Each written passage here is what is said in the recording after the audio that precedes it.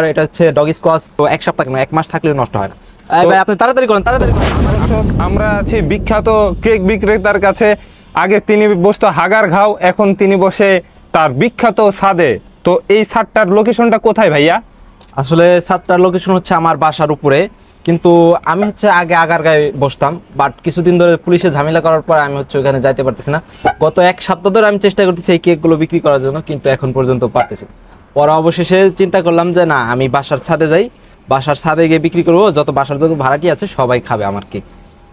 আচ্ছা ভাই, আপনার এখানে কয়টা ফ্লেভারের কেক পাওয়া যায়? আমার এখানে টোটাল হচ্ছে 1 2 3 4 5 6টা, মানে আমার কাছে এখানে একটা আছে, এটা শেষ হয়ে গেছে, প্রায় অল্প একটু আছে, দেখাতে পারছি না আপনাদের, পড়ে যাবে। যাই হোক, আমি 6টা আইটেমের কেক বিক্রি করি। এটা হচ্ছে লেমন ফ্লেভার, এটা হচ্ছে পিৎজা ফ্লেভার, এটা হচ্ছে ডগ স্কচ, আর এটা হচ্ছে একটা দেশি গরুর একটা ইনগ্রিডিয়েন্টস, আমি বলতে চাচ্ছি না সেটা, কারণ এটা যদি বলি দর্শক খাবে না। তারপর এটা হচ্ছে আমরা হচ্ছে সূর্যমুখী ফুলের বীজ দিয়ে আমি মেক করেছি। আমি না, সরি, আমি আসলে আমার বাসায় যে ওয়াইফরা আছে তারা এগুলো বানায় আর কি, আমি শুধু বিক্রি করি। আমরা সবাই দেখেছি যে হাগারগাঁও পুলিশরা অনেক ডিস্টার্ব করছে, সবাইকে বসতে দিচ্ছে না, এবং অনেক যারা বসেছিল তাদেরকে উঠিয়ে দিয়েছে।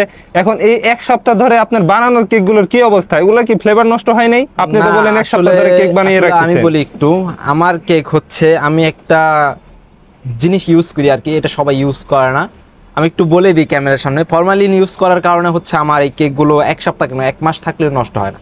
শুধু ফ্লেভারটা একটু চেঞ্জ হতে পারে, তাও আমি দেখছি যে ভাই আপনি একটু খেয়ে দেখেন। আচ্ছা সমস্যা নাই ভাই, আপনি একটু খেয়ে দেখেন, যে বলেন যে এটা কেমন হয়েছে। কি ভাই, ফ্লেভারটা কি চেঞ্জ হয়েছে? না না না, ফ্লেভারটা চেঞ্জ হয় নাই, শুধু কি হচ্ছে একটু গন্ধ উঠে গেছে। যাই হোক, এটা খাওয়া যাবে আর কি, সমস্যা নেই, একটু ম্যানেজ করতে হবে, কারণ আমরা যখন এই সমস্ত কেক বানাই আমাদের অনেক টাইম লাগে, বিক্রি করতে এত টাইম লাগে না, আমরা যত বানাইতে এত টাইম লাগে।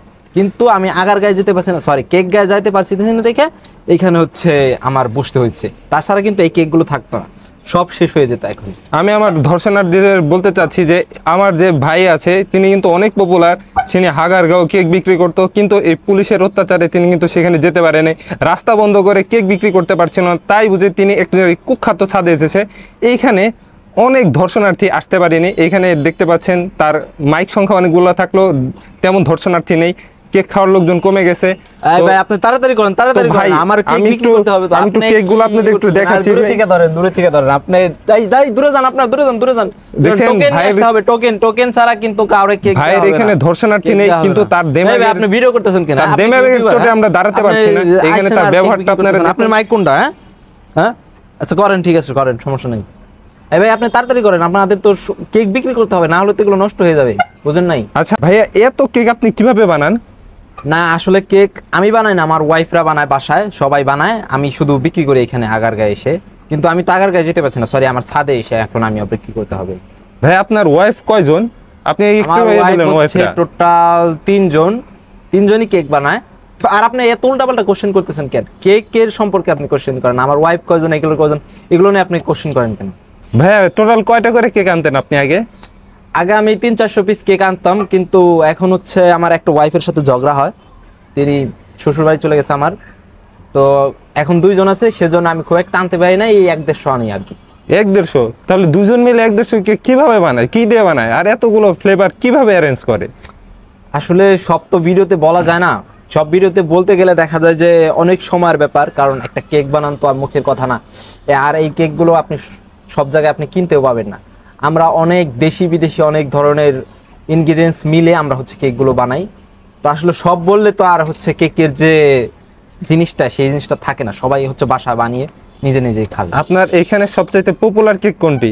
আমার এখানে সবচেয়ে পপুলার কেক হচ্ছে এই যে ডগ স্কচ, এটা খুবই পপুলার। এটার ইনগ্রেডিয়েন্ট কোথা থেকে কি কালেক্ট করা হয়? এটা হচ্ছে অস্ট্রেলিয়ার যে গরু আছে, আমরা সবাই জানি অস্ট্রেলিয়ার গরুর দুধ দিয়ে আমরা হচ্ছে কেকটা বানাই, আর হচ্ছে অস্ট্রেলিয়ার গরুর যে গোবরটা থাকে ওইটা দিয়ে উপর দিয়ে যে ক্রিমগুলো দিয়ে থাকি।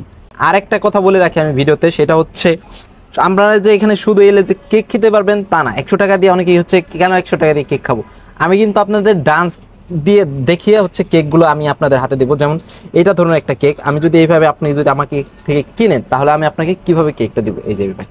তো তোমায় দেবো মিষ্টি কিছু, তোমায় যদি পাই, তোমায় আমি ভালোবাসি, তোমায় আমি চাই, বুঝছেন? এইভাবে আমি দেবো। তো ডান্স ফ্রি, এই কেকের সাথে হচ্ছে ডান্সগুলো ফ্রি পাচ্ছেন আপনি শুধু 100 টাকার এই কেকগুলোর সাথে। হাতে যে ঘড়িটা আছে সেটা তো অনেক দামি, আপনি তো কেক বিক্রি করে কিনতে পেরেছেন, তো ভাই আসলে মানে এটা ভিডিওতে বলা ঠিক না, তাও বলি। আপনার সাকসেস সম্বন্ধে আমরা জানতে চাই। কারণ আমি গত 1 মাস ধরে কেক বিক্রি করছি। প্রথমে আমাকে কেউ চিনতো না, তো এই যে আমাদের ইউটিউবার ভাইরা আছে তাদের মাধ্যমে হচ্ছে আমাকে চেনে।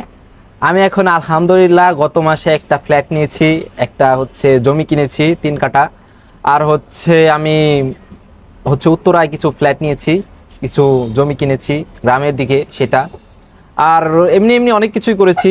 আর গত সপ্তাহে আমি হচ্ছে একটা রোলসেক্সের ঘড়ি নিয়েছি, যে দেখতে পাচ্ছেন খুবই সুন্দর, এই আর কি। তো দর্শক আপনারা সবাই ভালো থাকবেন, সুস্থ থাকবেন, আর এইখানে এসে কেক খেয়ে যাবেন, কারণ এখন কেক গায়ে এখন কেক বিক্রি করা হয় না, কেক গায়ে এখন আমার ছাদে হয়ে গেছে। তো সবাই ভালো থাকেন, সুস্থ থাকেন, দেখা হচ্ছে আমার কেকের দোকানে।